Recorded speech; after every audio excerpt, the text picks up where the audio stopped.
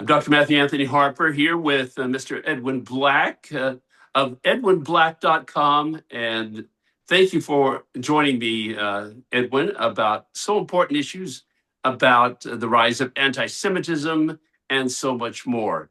I'd like for you to share with our listeners, our viewers, a little bit about the history of your journalism in the area of Israel and anti-Semitism issues. 60 years plus that I have been involved in that field, but it's more than 60 years. And I've written numerous books on the subject of the Holocaust, on anti-Semitism, on Israel, IBM and the Holocaust, War Against the Weak. My latest one, Israel Strikes Iran, which, as you know, may have to be updated in the extremely near future. And I've got a podcast called the Edwin Black Show, where we deal with these issues. And I've written many investigative and analytical articles for syndication on the topic of anti-Semitism, especially in the financing of anti-Semitism. I did the famous Funding Hate series, which spotlighted the Ford Foundation financing all these UN groups in Durban. And of course, I wrote Financing the Flames, which revealed for the first time that our American foreign aid was going to the Palestinian Authority, 13% of which was paying salaries for terrorists who had killed or otherwise committed atrocities in Israel. Today, I, with no permission from anyone, on my own, am launching a new global initiative which includes an action website found at stopgenocideagainst.israel.com. This is not a Jewish defense site. This is a Jewish offense site where we seek to facilitate the prosecution, arrest, conviction, and imprisonment of those who are trying to destroy Israel militarily, and those civilians in the United States and elsewhere who are complicit by virtue of their funding, incitement, and other furtherance of those goals.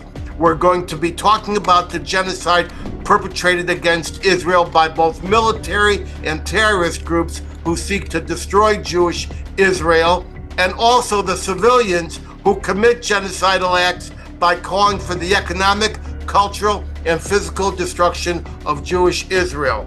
I want to thank you for your leading role in these areas, exposing anti-Semitism over all these many years.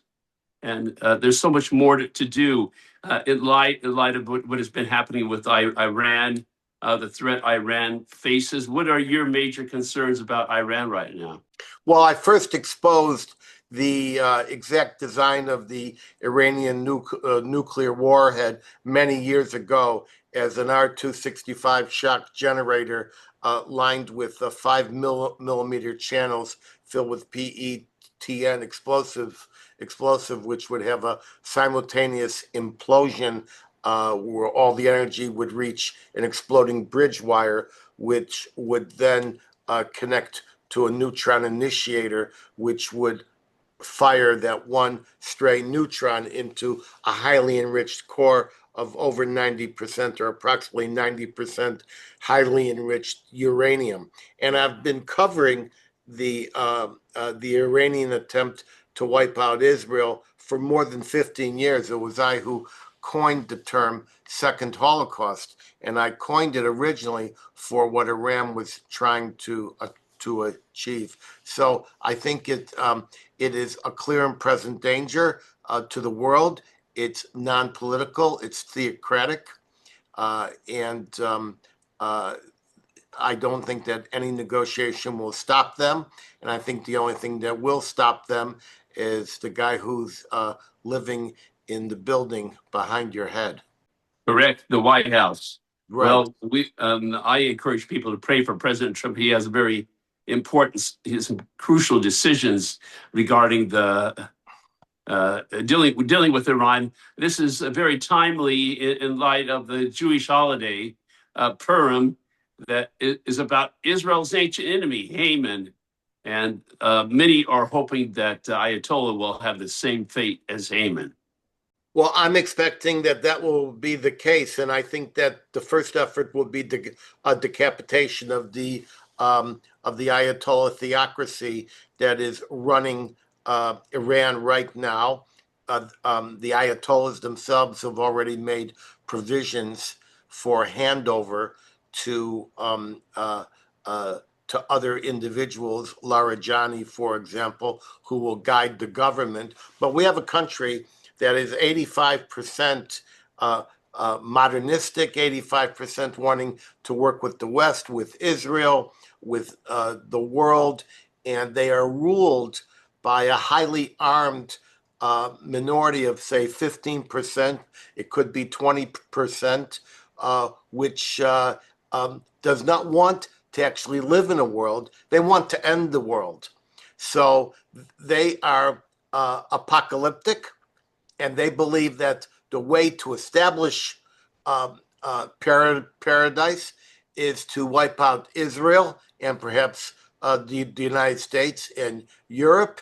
And so the governing axiom of mad, mutually assured destruction does not work for the Ayatollahs.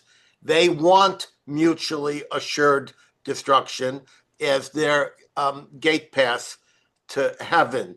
And so we must stop them before they can finalize their efforts. Whether those efforts are going to be by assembling a nuclear bomb, which they can assemble even with the 60%, 400 kilograms of 50% that they have.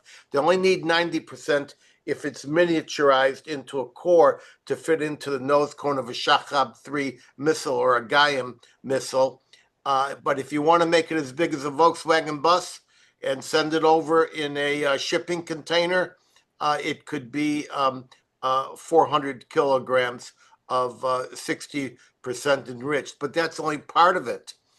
They're also encircling Israel with the Ring of Fire, which has mainly been silenced. The Hezbollah in Lebanon, the Hezbollah in Iraq, in Syria, the Houthis, and Hamas, of course. They're mainly silenced. And the third prong is a massive missile production that they would throw at Israel, as many as 2,000 a day. And there is no facility that we have at this point to counteract 2,000 missiles a day for, say, 7 to 10 days. And that's what they're trying to do. And for this reason, the Trump administration has an appropriate three-pronged demand, and that is stop your nuclear enrichment to zero, not 3.5%, not 14%, not 20%, zero. Second is stop your missile production, especially your long-range missile production. They've even got intercontinental missile production underway, and limit yourself to 500 kilometers short-range defensive. And third, cease your proxy wars. That would eliminate, that would neutralize the entire Iranian political military establishment and raison d'etre. Basically, they would be negating themselves. They will never agree to that. But while we're negotiating and knowing it's a fruitless negotiation, we are carefully watching what they're doing, how they're pre-positioning, and we are moving our own assets into theater, including the Gerald Ford, which should be there within about 10 to 20 hours.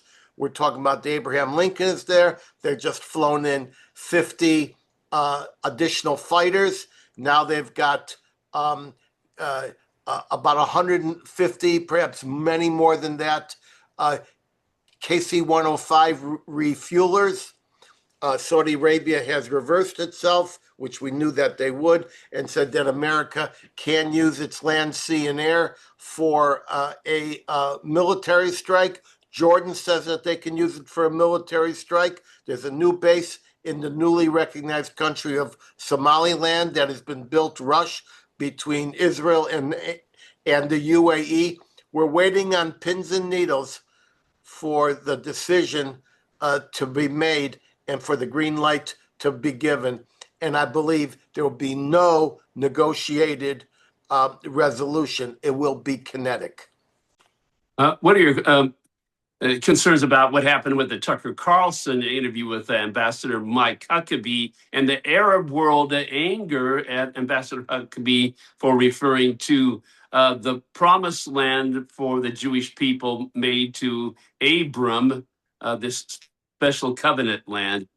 Very strange behavior of Tucker Carlson, but what are your serious concerns about him and the threat is about encouraging people to hate Israel more? Well, if you're going to maliciously edit an interview, if you're going to change the words, and if you're going to make it look like God's covenant with Abraham for the descendants of Abraham, which include the sons of Ishmael and many other groups, as well as the Jews. If you're going to engineer the videos to cause this kind of upset, I'm not worried about it at all. For heaven's sakes, the Arabs have been saying that the Jews don't have a right to exist on any postage stamp, whether it's from Tel Aviv to the Allenby Bridge or from Eilat all the way to Haifa. I'm not worried about it at all.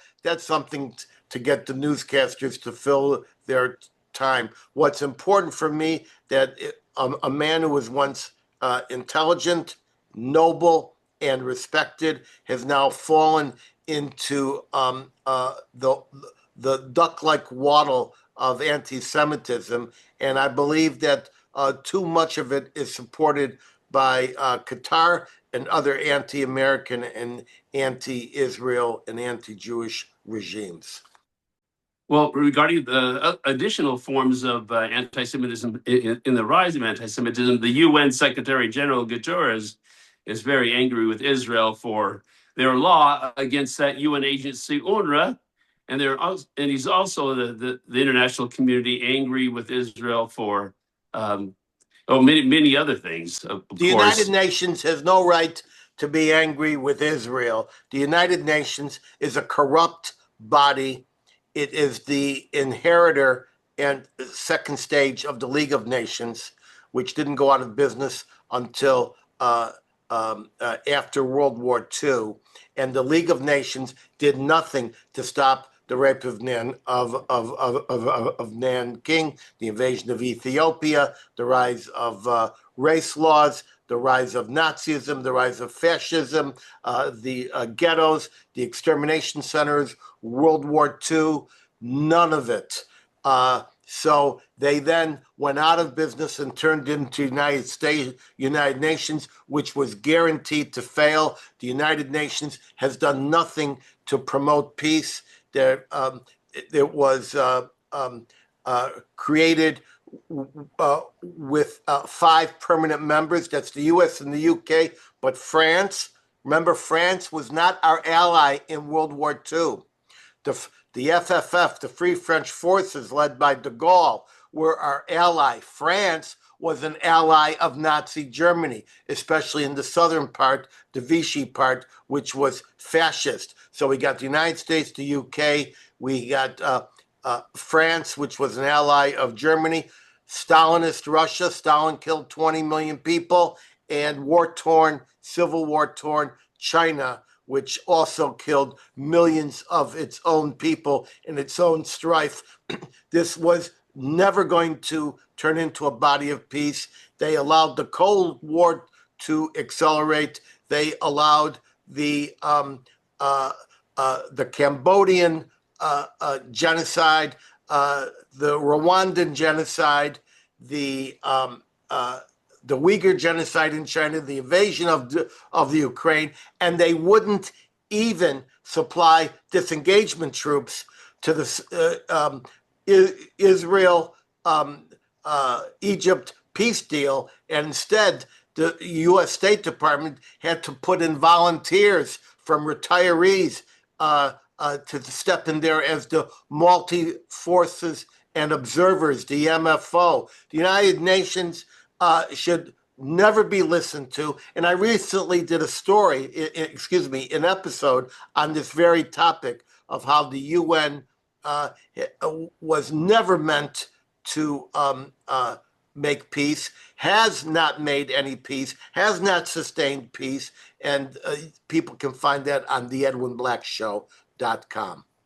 Well, think finally about what are your comments about not just the UN, but the Arab world, in other parts of the international community against Israel for their exerting their sovereignty over Judea and Samaria is a very important area, the ancient homeland of Israel. The world has been upset with the Jews throughout the 21st century, throughout the 20th century, including the half where there was no Israel, throughout the 19th century, throughout the 18th century, the 17th century, the 16th century. Here's what you need to know. During the 12-year Holocaust that began on January 30th, 1933, with the ascent of Adolf Hitler, right through the war years beginning on September 1st, 1939, and continuing until the fall of the Third Reich in the first days of May 1945, the world witnessed a new type of crime against humanity, one that involved an evil combination of military power, Wall Street financing, American corporate collusion with IBM, Ford, GM, the Carnegie Institution, and the Rockefeller Foundation. And you can learn more about that in my book, Nazi Nexus. Plus the work of propagandists, mass media, doctors, lawyers, judges, and economic boycotters. They all came together across national lines to destroy the Jewish people, and they said so. During the war years, specifically 1943 and 1944, Polish Jewish refugee Raphael Lemkin created the concept for a new category of international crime to encompass the never-before-seen scope of the Nazi effort to destroy the Jews. Lemkin, himself an attorney and prosecutor, named this crime genocide, a completely new word derived from both Latin and Greek roots. This new crime would address not only the actual killers, but those who were complicit, those who enabled, those who made it possible, and those who incited. He began his ideas on the campus of Duke University, but then moved to Washington, where he worked with the U.S. Justice Department. Lemkin published his findings in a little-known book titled Axis Rule in Occupied Europe. The concept of genocide was formally adopted by the international community and became the basis for post-war prosecutions in many countries, including the famous Nuremberg war crimes trials. Thousands of prosecutions targeted not only military figures, but also politicians, diplomats, radio announcers, publishers, propagandists, bankers, lawyers, doctors, economic boycotters, and even strategists. There were approximately 30,000 prosecutions in all. Genocide thus addressed the full scope of the intent to destroy, in whole or in part, a national, ethnical, racial, or religious group. That's a quote. Moreover, genocide encompasses a variety of converging destructive acts, such as, quote, A, killing members of the group, B, causing serious bodily or mental harm to members of the group, C, deliberately inflicting on the group conditions of life calculated to bring about its physical destruction in whole or in part, D, imposing measures intended to prevent births within the group, E, forcibly transferring children of the group to another group, and that's a close quote. That's a quote from the genocide definition and international treaty. As I say, about 30,000 people were convicted in numerous countries across Europe and Japan for acting directly or indirectly in concert with the Nazi effort. Genocide was about more than the hands-on killers. It was about those who directly encouraged it and aided and abetted it with their words, their deeds, and economic actions. there was and is no free speech exemption. So radio broadcasters, propagandists, rally organizers, and newspaper editors were prosecuted for incitement under Article 3, Sub C. And I remind you that mere hate speech was insufficient. It was destruction speech. Sometimes the destruction speech is clear and obvious to everyone. Just before the 1939 Blitzkrieg, Nazi editor Julius Streicher of Der Stürmer wrote, quote, "A punitive expedition must come against the Jews in Russia, a punitive expedition which will provide the same fate for them that every murderer and criminal must expect. Death sentence and execution. The Jews in Russia must be killed. They must be exterminated, root and branch," that's a close quote. When he was convicted and sentenced to be hung, the judges and the framers of the genocide laws held it was impossible for so many people to participate in destroying so many Jews without the mass public poisoning of their minds. I quote the verdict and the judges right now. For his 25 years of speaking, in Streicher's speeches and articles, week after week, month after month, I'm still quoting, he infected the German mind with the virus of anti-Semitism and incited German people to active persecution. Streicher's incitement to murder and extermination at a time when Jews in the East were being killed under horrible conditions clearly constitutes persecution on political and racial grounds in connection with war crimes and constitutes a crime against humanity, close quote. Not only was Streicher tried and executed, but Hans Fritsch, chief of the German press division that run by Goebbels, and Fritsch issued the instructions to German newspapers, inciting and encouraging them, I'm quoting, for the commission of war crimes by deliberately falsifying news to arouse in the German people those passions which led them to the commission of atrocities, close quote. Hans Fritsch eventually served 8 years in prison under a different war crime tribunal. The main objection that the world, that the EU, that the UN has against Israel right now is that it's surviving. It's so small, it has no oil. All it's got is Israeli character and its connection to God. That's it. And nothing has been able to wipe it out. That's the miracle in the desert. Thank you very much, Mr. Harper.